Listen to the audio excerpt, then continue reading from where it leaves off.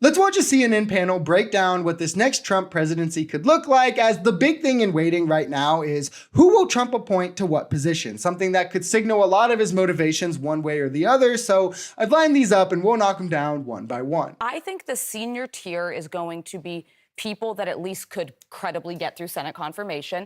I think it's the next tier of people who don't have to go through the same level of vetting that you're going to see some folks go in that are going to make some people uncomfortable. Absolutely. And in West Wings, in cabinets, people who in these second tier roles have a lot of power. I'm curious about this, though, this Schedule F executive order, because I saw it when I was there. They were ready to do it at the end of the last Trump administration.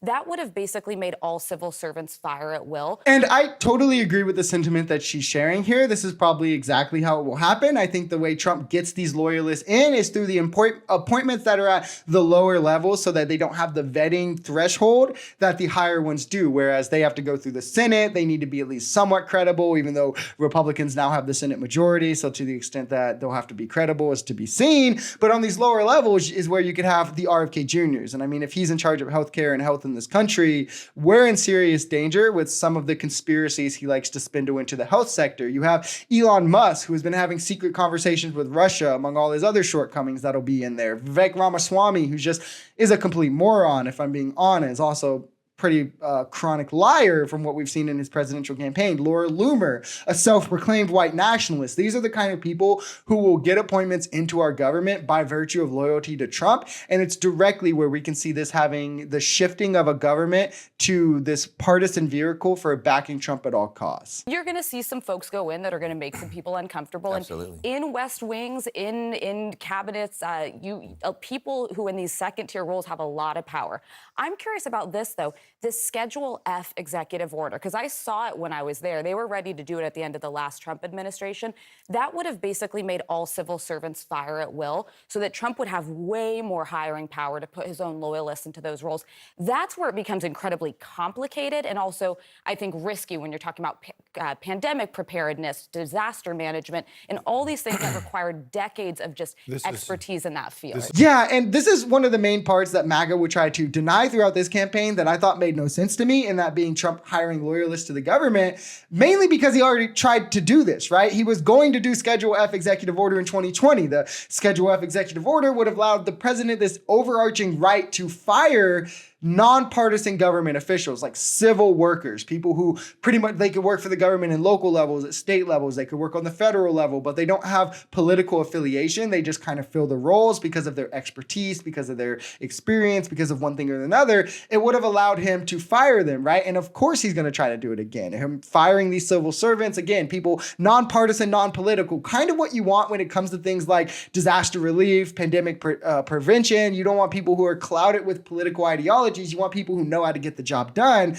But Trump is going to fire them and put inexperienced candidates in their place just because they'll align more with his ideologies and will be willing to do whatever he asks them to do, which is one of the more scary possibilities of this Trump administration, where the entire government, down to the small roles that helps the government function and flow, could now be controlled by Trump, making the government no longer work for the people, but the government work for the president. One of the things that we talked about, and you talk about drafting those executive orders and what Donald Trump wants to do on day one, the other thing that he had wanted to do for quite some time is yield enormous amount of executive power. And in doing that, that would mean taking the Justice Department, which is under the executive branch, but technically has operated historically as an independent entity, and moving it underneath the executive so that he would have so much more power. That means that one of the most critical jobs in this administration will be Attorney General, because that person will work hand in hand with Donald Trump. And some of the names that we're hearing floated for Attorney General are